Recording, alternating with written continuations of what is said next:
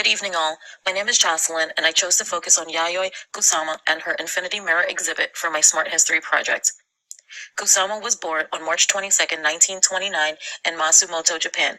She is 89 years old and currently lives in Tokyo, Japan and is still making artwork.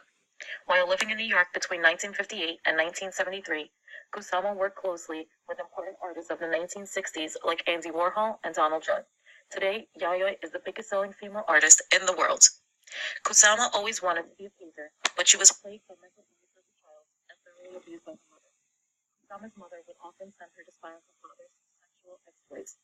As a result, the mental trauma caused Kusama to have a permanent aversion to sex and the male body. She was able to preserve herself by using hallucinations and personal obsessions as fodder for prolific artistic outputs in various disciplines. For Kusama, art making became an essential survival mechanism.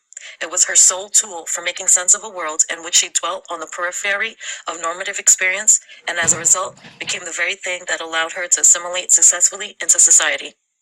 As Kusama explains, one day I was looking at the red flower patterns of the tablecloth on a table, and when I looked up, I saw the same pattern covering the ceiling, the windows, and the walls, and finally all over the room, my body, and the universe. I felt as if I had begun to self-obliterate, to resolve in the infinity of endless time and the absoluteness of space and be reduced to nothingness. These themes of self-obliteration and representation of the infinite became an obsession for Kusama, and she attempted to represent what she believed to be her alternate reality. I present to you Infinity Mirrors by Yayoi Kusama. While the exhibition does not have a permanent home, Yayoi Kusama is gracious enough to lend her exhibition to various museums around the world. As a visitor, you will go on an expansive journey across 6 decades of Kusama's creative output. You can explore the development of Kusama's iconic kaleidoscopic environments known as the Infinity Mirror Room. She first used the mirror as a multi-reflective device in the facile field in 1965, transforming the intense repetition that marked some of her earlier works into an immersive experience. Inside each room, you will find an array of lights, sculptures, mirrors, and Kusama's extraordinary and innovative explorations of time and space. You're only allowed a certain amount of time inside each room, so use your time wisely. In 2013, a new piece was added to the Infinity Mirrors collection. The box was entitled The Souls of Millions of Light Years Away.